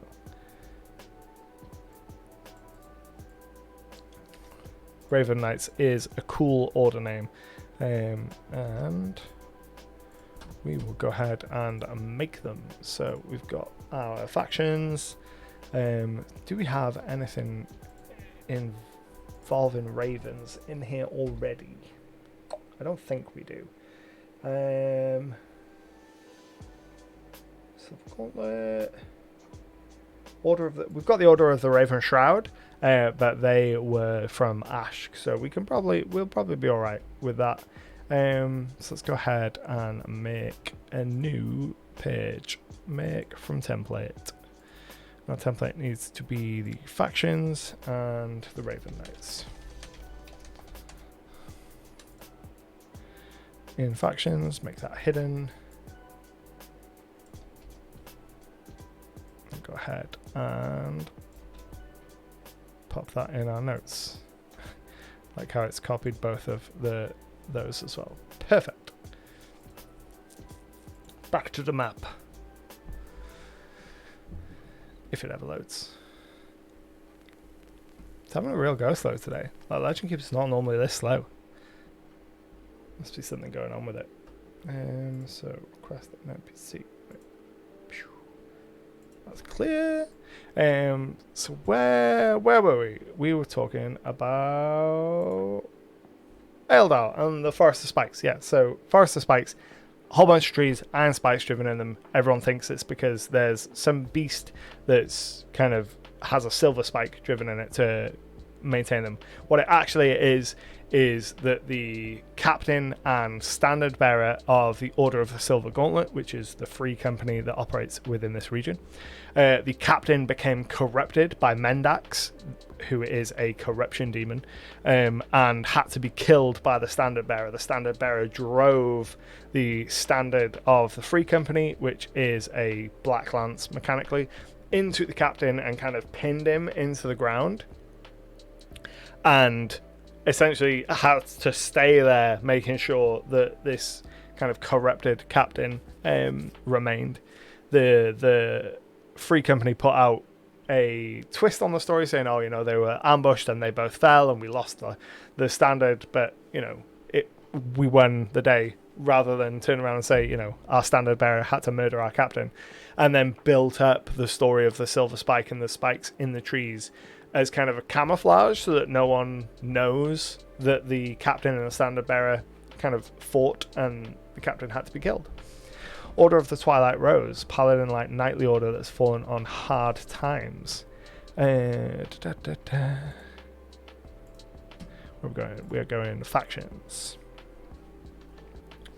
We're gonna go and create from template. We're gonna call them the Twilight Order because we already have a faction called the Black Rose, which is really well established in this world. It's an assassin's guild, and I know that if I name something else with Rose, the players are just going to be like, the Black Rose.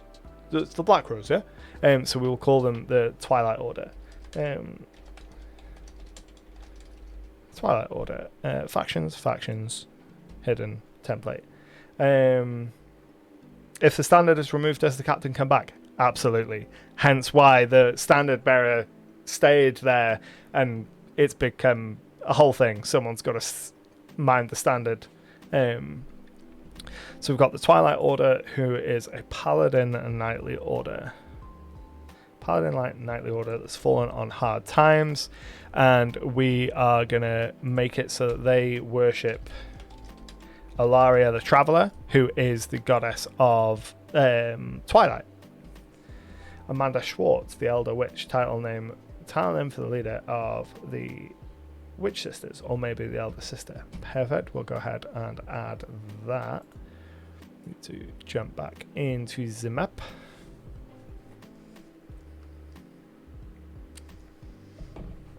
And open up our institutions. And Amanda Schwartz. Go ahead and put it in our notes. Is the Elder Witch / Sister. Go ahead and tick off those redeems. Manage rewards, requests, Order of the Twilight, Amanda Schwartz. Perfect. For some reason, witches always appear as German in my head. Yeah, it's that whole kind of Brothers Grimm vibe, isn't it?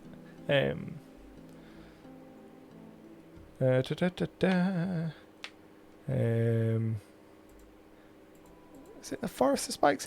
I know I updated the background information on...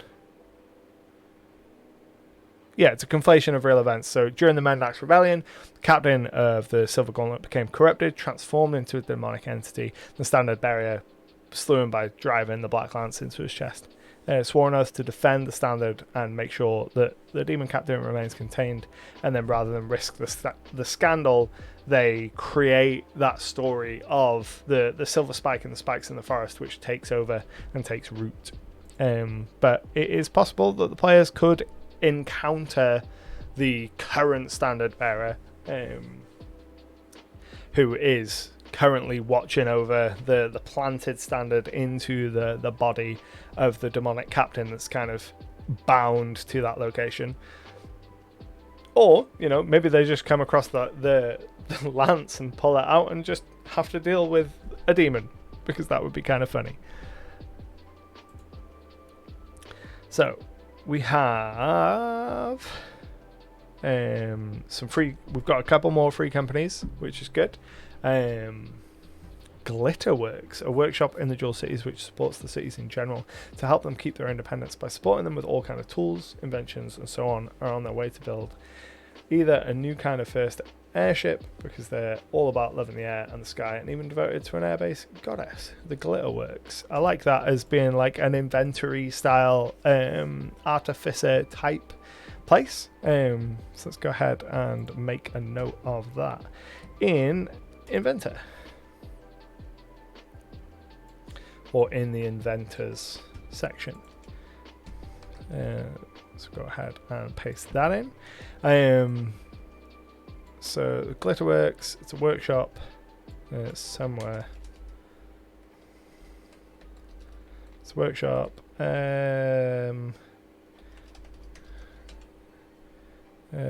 Workshop, which helps if you select the right text. Which supports the cities and in general helps them keep their independence by supporting them with the kind of tools, inventions, and so on. So airships do exist. They're super rare, but they could be working on something relating to an airship. Absolutely. And the Glitterworks. I like the Glitterworks as a name. Got a good ring. Same bearer as the one. Is it the same bearer as the one that pinned the captain? Took an oath to stop him, and as soon as we removed the H's rapidly. Possibly. I'd have to look at my timeline. So let's go have a look at the timeline and see when, because I can't remember off the top of my head. So the Mendax Rebellion was 102 years before the modern day, and we're like 90 something, 96 years since the captain was killed and the lance was planted.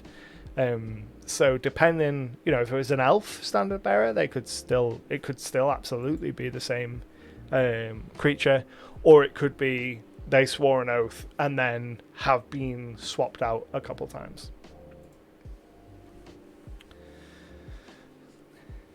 In my current game, we have an E3 or a tavern that is called the Golden Kettle, that is run by a retired, very snarky cattle named Kalika. I like that. Like, the Golden Kettle is a good tavern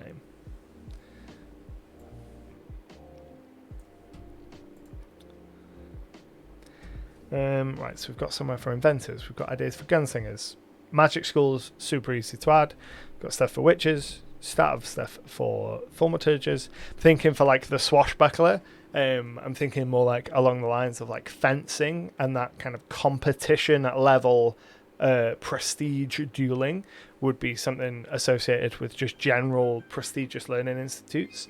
So not necessarily like a swashbuckling school, but swashbuckling might be kind of an element of the curriculum at like really fancy schools. Sorcerer has a couple different places they can go depending on their bloodline. Then we have Summoner. I'm not 100% sure where Summoner's going to be, excuse me. Rogues, we've got Thieves Guild, classic. Ranger, we're going to have some Witcher-like faction. I've got a couple of kind of proto-Witcher-like factions that I've used before that I can kind of pull from and develop a little bit. They're not a real school, but definitely call themselves the Academy, ironically. Yeah. We have our Psychic Institute, Oracles. I'm thinking churches, temples, those kind of places. Monks in monasteries. Magus military academies, all magic colleges, works for both. The investigator, I think, just tied to general learning institutes. So anywhere that you have somewhere that teaches kind of higher education, you might find investigators. Same with fighters, any number of military academies. This is not on Foundry, this is on Legend Keeper. The map was made with Incarnate, and all the pins and stuff is being done inside Legend Keeper.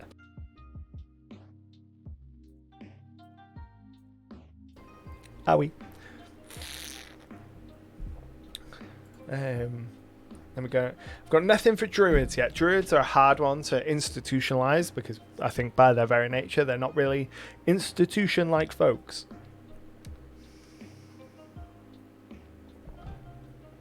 Clerics, churches, easy. Champions are going to tend to default to like free companies, and we're starting to develop several free companies. So we've got the Twilight Order, we've got the Order of the Silver Gauntlet, and then we also have the Raven Knights. So we've got 3 going on so far. Have we got any others? I don't think so yet. No, we've not. So we've got 3 free companies thus far to play around with. We already know that the Order of the Silver Gauntlet are operating in that southern area in Eldal, so we've got a couple places where we can place other ones. Oh, awesome! We've got another raid. Welcome! Holy moly! Welcome everybody. 2 raids in one night. It's like the first 2 times we've had raids as well. Let everyone stream in. Hello, my name is Anto. Welcome to Icarus Games. We're doing some collaborative world building on my next campaign setting, the Jewel Cities of Talabar. So if I go ahead and zoom out here so you can actually see things, if it doesn't like struggle because of all the people that are suddenly coming in. So this is the Jewel Cities of Talabar. It is going to be the location for my next RPG campaign. Over the last couple of months, me and the chat have been developing a whole bunch of locations. There's like 350 pins on this map now, built into Legend Keeper. There's rumors and little quest hooks. There's monster lairs and cities and location and all that kind of stuff. And that's what we've been doing every Sunday night, and it's a lot of fun. We are in the process of just adding some more kind of generic kind of ideas for locations. So we're working on class-specific institutions, I've called them, but they don't have to be institutions. They can be factions and stuff. Things to tie to each of the classes. In this specific instance, it's Pathfinder 2nd Edition classes. But places where if you are playing a fighter, here is an institution or some kind of place that your character might want to go to learn new things, to find rare knowledge, to interact with high-level NPCs of your class, or to kind of engage with the class mechanics a little bit more and develop the story of your class. Lord Catger says, a little home pot, a wandering group of goblins with their own wagon, which is big enough for their little home and shop. They are an alchemist traveling around selling their potions and other alchemy stuff for a fair price. They're kind and cheerful. That's so cool. Oh, that's so cute. I love goblins. I love goblin energy. So we're going to go ahead and we're going to place down the little home pot. Oh, I love it. Right, we want to create from template. Create from template. There we go. Create from template. And we're going to use the quest template for this. We're going to grab the little home. The little home pot.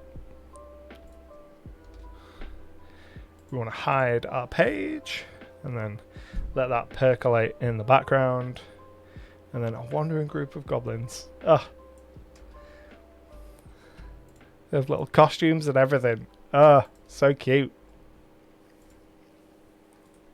And then we want to...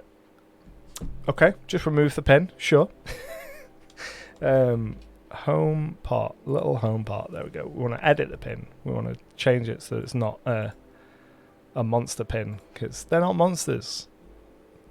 They're just wholesome little gobbos. We love that for them.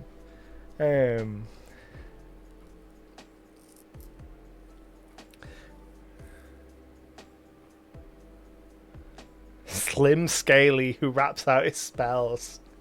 The Continental Hotel from John Wick style fashion will likely be a rogue based one. So the Black Rose, who's an assassin group in my setting, have a continental style system. They have, their own secret currency that they use, and there's a lot of John Wick style vibes in the way in which they operate. Hide pin.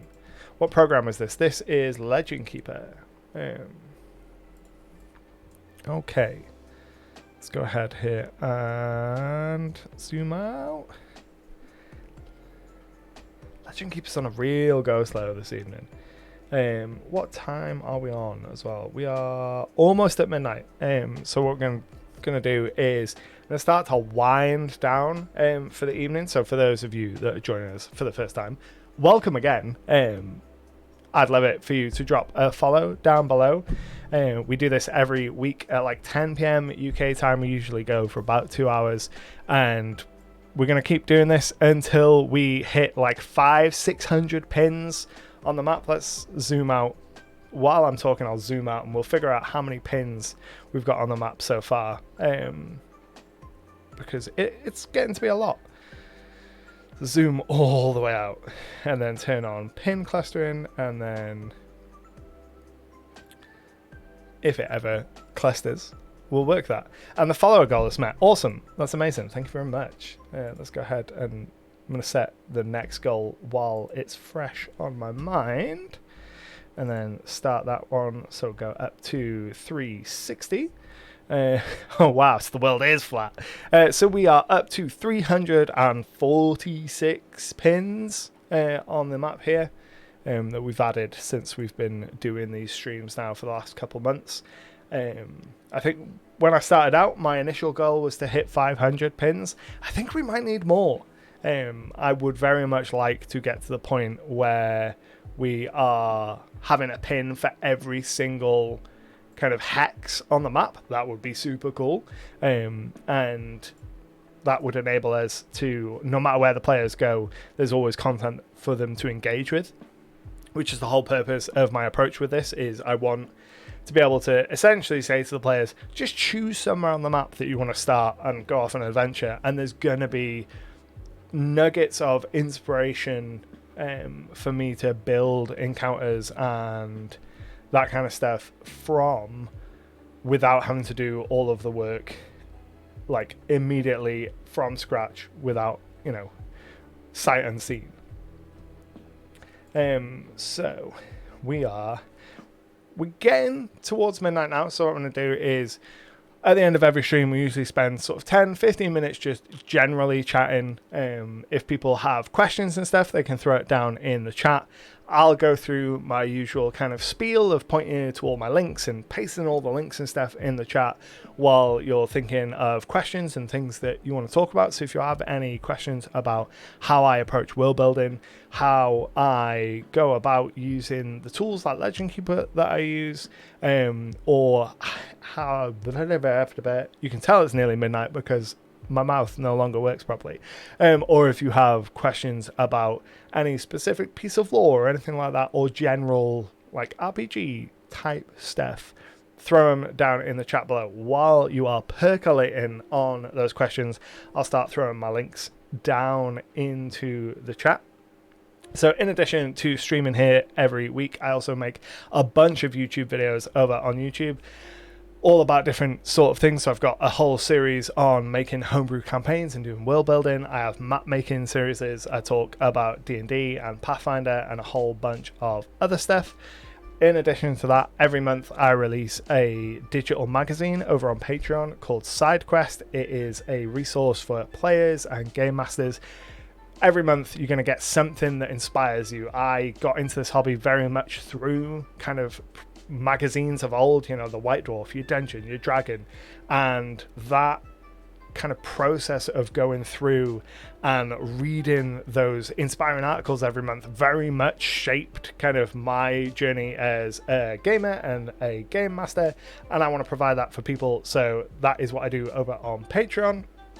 I also have a Kickstarter that will be coming this month, we're in September now, right? Yeah, September, this month, that is going to bundle together the first 12 issues into a hardback book and make them available in print for the very first time. I am super excited about that. The link to sign up to get notified for launch is in the doobly-doo.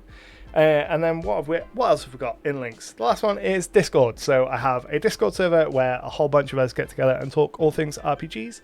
So if you want to keep chatting with the people that have been in the chat this evening, go ahead and join the Discord. And I think that is the list of my shilling. So thank you very much for putting up with that.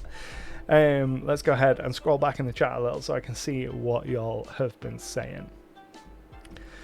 Steve says another program to buy. Yeah, Legend Keeper is really cool. It's a lot of fun. Names are difficult. Name generators are a blessing. Name generators are very cool. I tend to generate a bunch of names for different types of people, and then I keep those pre-generated lists on my GM screen. So on my physical GM screen, I just have it printed and pinned to the GM screen. On my digital one, I've got all of the racial names from Xanathar's Guide to Everything in boxes that I can click on. So if someone comes into a town and says, I want to go and speak to that Dragonborn, I can pull up a name real quick. You're short like a goblin, and your beard is weird. Once I'm done, you'll be sobbing and leave your beard seared. How'd you come up with quest location ideas for classes? So a lot of the quests and things that we've been doing on stream have kind of been collaborative. So talking with the stream, someone will suggest something, we'll take the idea and run with it, develop the idea. Some of it is I have a bunch of random generators in a big Excel spreadsheet that I've been working on for a little while now, that will generate things like random points of interest, so like a shrine, a temple, that kind of stuff, or will give me an evocative name like the Howling Abyss or the Wailing Mesa, and I can add those to the map. Hey, it's Matty P. Why don't you unleash the beast? Let those locks fly free. For you, Matthew, I will take my hair out because you asked so very kindly. It's Raining Links. It was Raining Links. What is Pathfinder? Pathfinder is an RPG that was originally based on the 3.5 edition of D&D. It now has its own second edition, which is a little bit different. It is still a D20 system. It's very similar in terms of its kind of lifeblood to D&D.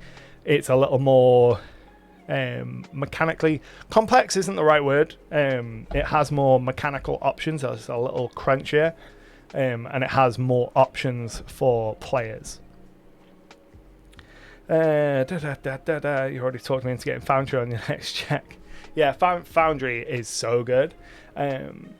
Pre-game, I'll grab a half dozen list of emergency names in case, and they get notes added to them when they're needed. Exactly. An emergency list of names. It's probably my top tip for new game masters when they're like, hey, I'm brand new to DMing. What are your tips? Just get a list of names. That will get you surprisingly far, just having a list of names attached to your DM screen. Right, I definitely saw some redeems in there, so let's have a look. Sir Timothy Toddletins. That is a halfling name if ever I have seen one.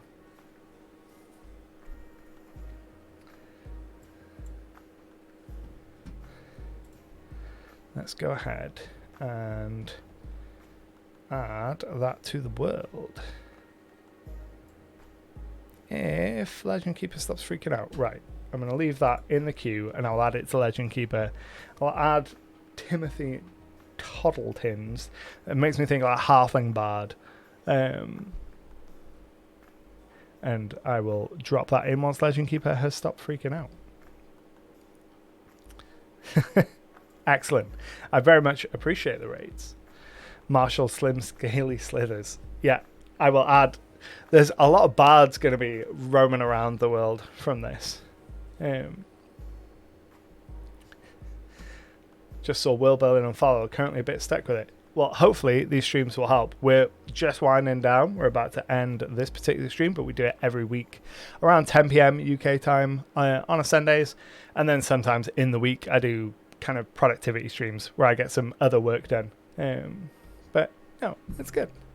250 points is ambitiously low.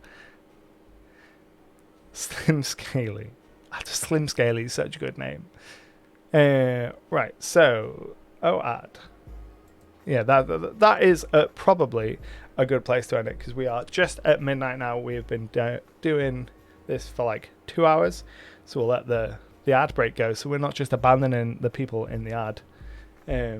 1 of 4, God, runs over the hour, and Twitch is like, make that dollar, yo.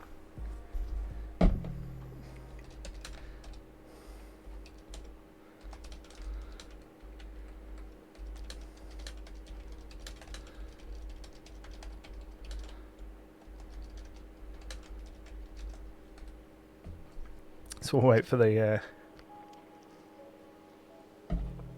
They're not people. I assume that you mean the UNT here, right? If you're gonna have a lot of bards running around, sounds like you have a music festival, and make it a music festival would be great. Some kind of Burning Man style music festival out in the middle of nowhere. We do have a desert. We could have actual Burning Man. That would be pretty good. I actually really like that idea. I'm gonna add that to the map right now. That's the last thing that we're doing though. Right, create from template. Burning Man Festival. Yeah, perfect. Drowned No Music and Arts Festival. Right, we will edit that pin. I'm not switching back to the Legend Keeper view just because it's running real choppy this evening. And I don't know why. But we're making a note of a Burning Man style festival out in the desert, and that'll be the last thing that we do this evening. Get all of those bard characters together, all on pilgrimages out into the desert to go to this Burning Man style festival. The Flaming Halfling. Oh yeah, it won't be called Burning Man, but it's very much kind of like that vibe of Burning Man. Bardic Festival causes local druids a ton of trouble. Yeah. Parody band named Maze. Oh my god, yes. Maze. Oh. I'm making a note of that as well. Right. That's the end of the notes. Right, that's it. That's the notes done. I'm going to call it there for the evening. I hope that you've all enjoyed it. Thank you very much for getting involved in the chat and putting in so many redeems. We've added a whole bunch of awesome new pins to the map. We're up to like 350 pins almost now. So hopefully it'll be no time at all until we hit 500 pins, and then a pin for every single hex on the map. That's the dream. If you haven't already, make sure to hit the follow button so you get notified next time we go live. I do this every single week. I hope you've enjoyed. My name's Fernando, and until next time, happy gaming.